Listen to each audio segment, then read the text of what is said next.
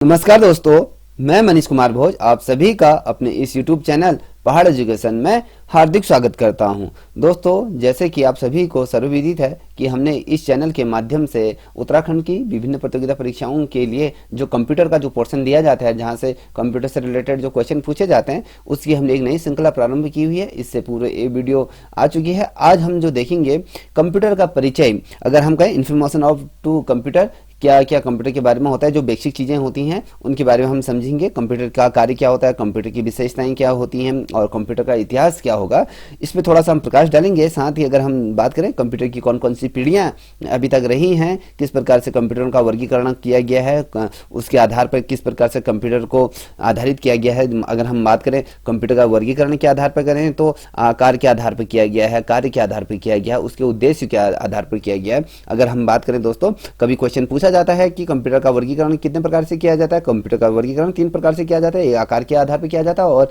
उसके कार्य के आधार पर किया जाता है, साथ ही उसके उद्देश्य के आधार पर किया जाता है। वहीं अगर हम कार्य के आधार आकार के आधार पर कहें तो माइक्रो कंप्यूटर होता है, मिनी कंप्यूटर होता है, मेन कंप्यूटर होता है, सुपर कंप्यूटर होता है। आकार के आधार पर हम 4 भागों में से विभाजित करते हैं। माइक्रो कंप्यूटर कहते हैं और साथ ही आपकी मिनी कंप्यूटर होते हैं और मेन फ्रेम वाले कंप्यूटर होते हैं और सुपर कंप्यूटर होते हैं। और कार्य के आधार पर हम किस प्रकार से इसे विभाजित करते हैं, तो कार्य के आधार पर अगर हम बात करें तो इसको हम 3 आधार पर विभाजित करते हैं। एनालॉगन करके कंप्यूटर होता है, एक डिजिटल कंप्यूटर होता है, हार्ड बीट कंप्यूटर होता है, तो इसे 3 प्रकार से करते हैं। अगर हम उद्देश्य की बात करें तो उद्देश्य के आधार पर अगर हम बात करें तो सामान्य उद्देश्य से प्रयोग करते हैं। आप जनरली अपना लैपटॉप का या कंप्यूटर का जो प्रयोग करते हैं वो तो एक सामान्य उद्देश्य से करते हैं, चाहे आप उससे ऑनलाइन कुछ कार्य कर रहे हो या अपनी डाटा सील फाइल बना रहे हो या फिर प्रेजेंटेशन से रिलेटेड कुछ चीज़ें बना रहे हो, तो वो कार्य किया जाता है। और दूसरा क्या होता है, जो इसका आधार जो दिया जाता है विशेष रूप से तो विशिष्ट उद्देश्यों के लिए जाता है। जैसे हमारे भारत सरकार के मंत्रालय के अंतर्गत, अगर गोपनीय विभाग के, अगर इसरो के अंतर्गत,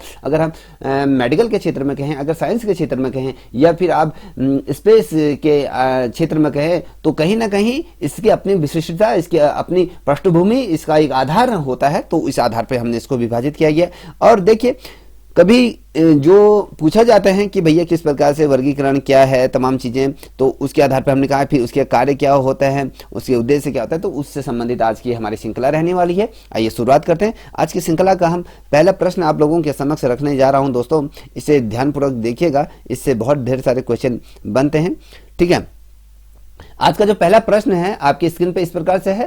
देखिए, पहला प्रश्न कह रहा है कि कंप्यूटर में भेजे जाने वाले जो डाटा को क्या कहते हैं। जब हम किसी कंप्यूटर में किसी चीज को भेजते हैं, डाटा को भेजते हैं, तो प्रोसेसिंग कहते हैं, आउटपुट कहते हैं या इनपुट कहते हैं या एथोगोनम्स कहते हैं। तो आपको पता होना चाहिए हम क्या इसको किस नाम से उच्चारित करते हैं। देखिए, हम कंप्यूटर में अगर हम कोई भी चीज को अगर डाटा को भेजते हैं तो उसको हम इसका जो तीसरा ऑप्शन है इनपुट, उसको हम कहते हैं। ठीक है, ये ध्यान में रखिएगा। और साथ ही अगर हम दूसरे प्रश्न की तरफ अगर बढ़ें तो दूसरा प्रश्न आपके समक्ष इस प्रकार से है, कंप्यूटर के जो 4 कार्य क्या होते हैं। अगर प्रमुख कार्यों की अगर बात करें तो आपको पता होना चाहिए। देखिए, यहाँ पर 4 ऑप्शन दिए हुए हैं, आपको उनमें से एक ऑप्शन को पिक करना है। तो अगर मैं पर्टिकुलर तरीके से अगर इनको पढ़ूं तो वीडियो आपकी बहुत ज़्यादा लेंथी हो जाएगी। मेरी कोशिश रहेगी कि मैं इनको पर्टिकुलर तौर पर देखूं।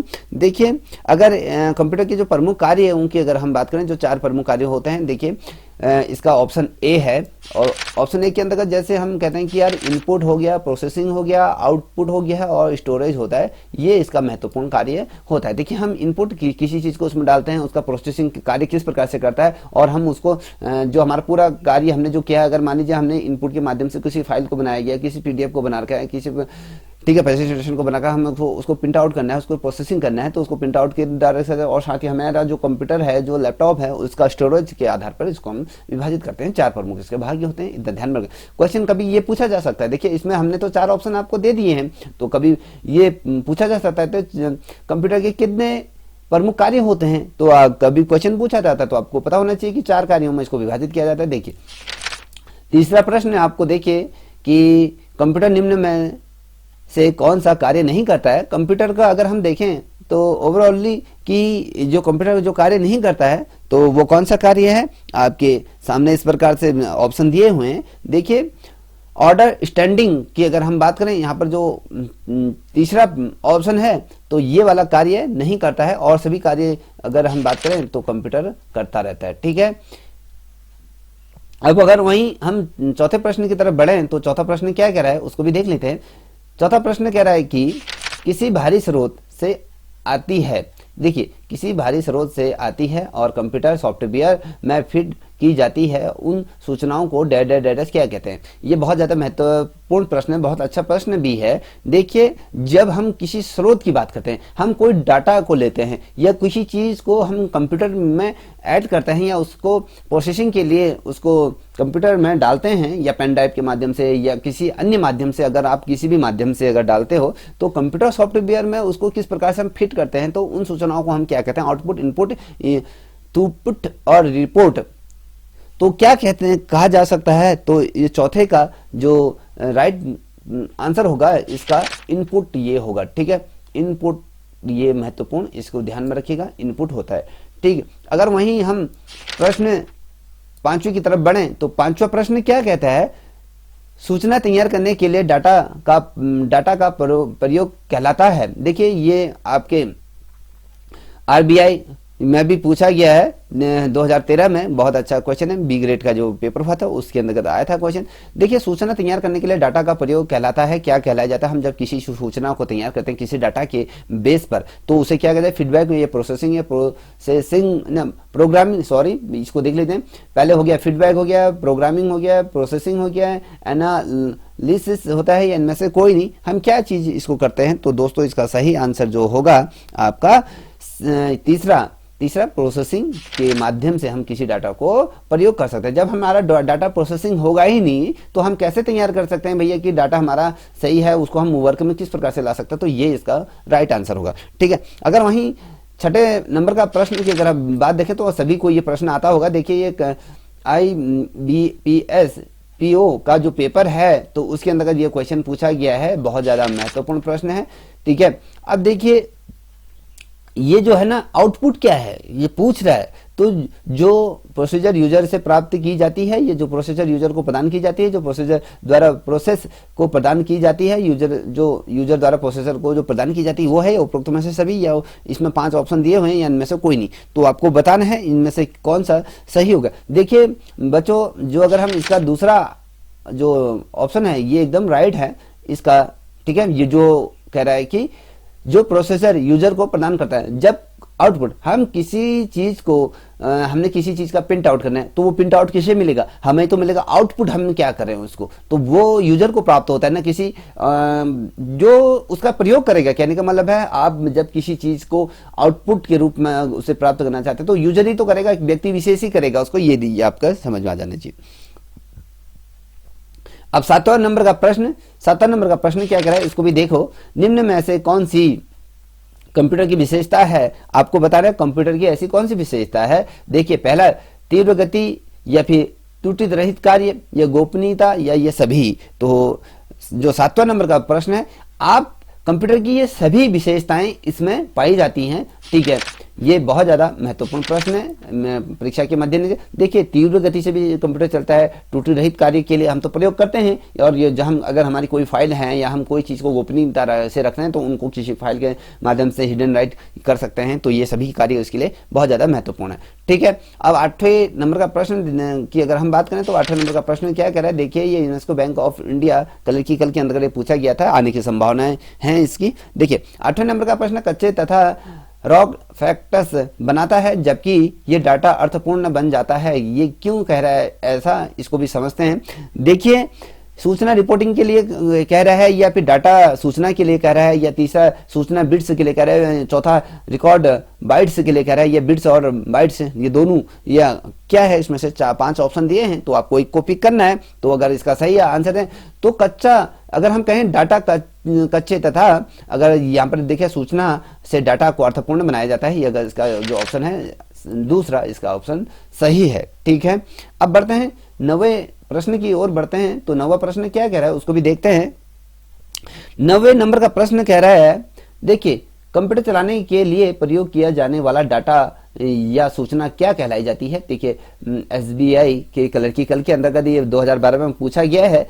ठीक है। हार्डवेयर कहा जाता है, फेयर कहा जाता है, सीपीयू कहा जाता है, ये सभी कहा जाता है, इनमें से कोई नहीं। तो दोस्तों 90 नंबर का प्रश्न, अगर ये इनमें से कुछ भी इसमें नहीं कहा जाता है, ये आपको ध्यान में रखना होगा, ठीक है। अब वहीं पर ही 10वें नंबर का प्रश्न है, जो यहाँ पर देखिए ये इस परीक्षा में ये क्वेश्चन पूछा गया है, ठीक है।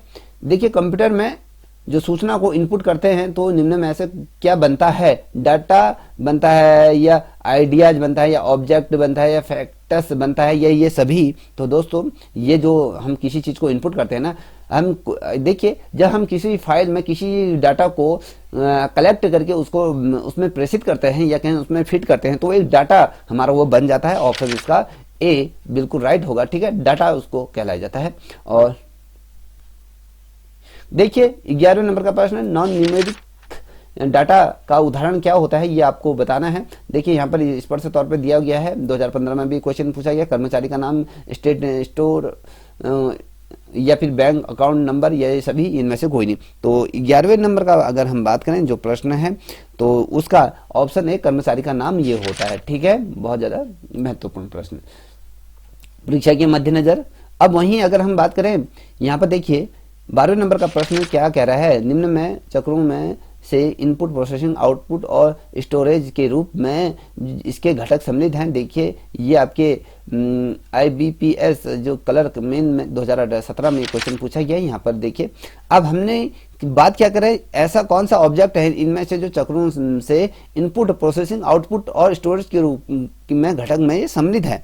देखिए 12वें नंबर का प्रश्न, 12वें का अगर हम सही बात करें, प्रोसेसिंग, आउटपुट या डाटा स्टोरेज या इनपुट, दो इसको हम क्या कहेंगे, डाटा इसको हम कहते हैं, ठीक है, डाटा का प्रयोग इसके लिए हम करते हैं। और अगर वहीं 13वें नंबर का प्रश्न देखें तो यहाँ पर कह रहा है कि यहाँ पर डैश दिया हुआ है, वह डाटा है जिसे एक अर्थपूर्ण फैशन में व्यवस्थित कर प्रस्तुत किया जाता है। तो ये किस में किया जाता है, प्रोसेसर में किया जाता है, सॉफ्टवेयर में किया जाता है, स्टोरेज में किया जाता है, इंफॉर्मेशन में किया जाता है, ये डाटा में किया जाता है। तो दोस्तों जो 13वें नंबर का जो प्रश्न है उसका अगर राइट आंसर की अगर बात करें तो ये इंफॉर्मेशन के लिए हम प्रयोग करते हैं। देखिए इंफॉर्मेशन वह डाटा है जिसके अर्थपूर्ण फैशन में व्यवस्थित और प्रस्तुत किया जाता है, ठीक है, ये इसका है।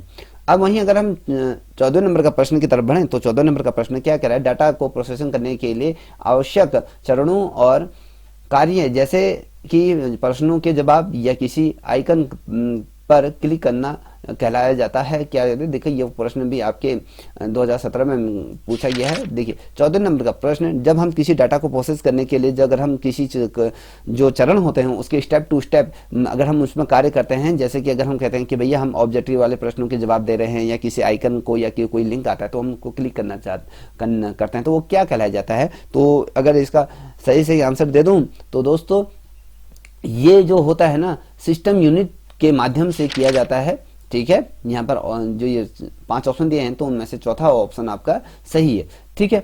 अब देखिए 15 नंबर का प्रश्न बहुत अच्छा प्रश्न है। देखिए ये कह रहा है 15 नंबर, प्रथम गणना करने वाला यंत्र है, कौन सा ऐसा यंत्र है जो पहली दफे जिसने गणना की थी, ठीक है। ये डिफरेंशियल इंजन या पार्कल या फिर कैलकुलेटर या अबेकस ये जो दिया हुआ है। तो दोस्तों अगर इसका सही उत्तर दे तो चौथा नंबर का है एबेकस, ये है जिसकी वजह से प्रथम गणना करने वाला ये यंत्र के रूप में प्रयोग किया गया था। देखिए यहाँ पर 16 नंबर का प्रश्न कह रहा है, एबेकस का आविष्कार किस देश में हुआ है, भारत, चीन, अमेरिका या यूनान में।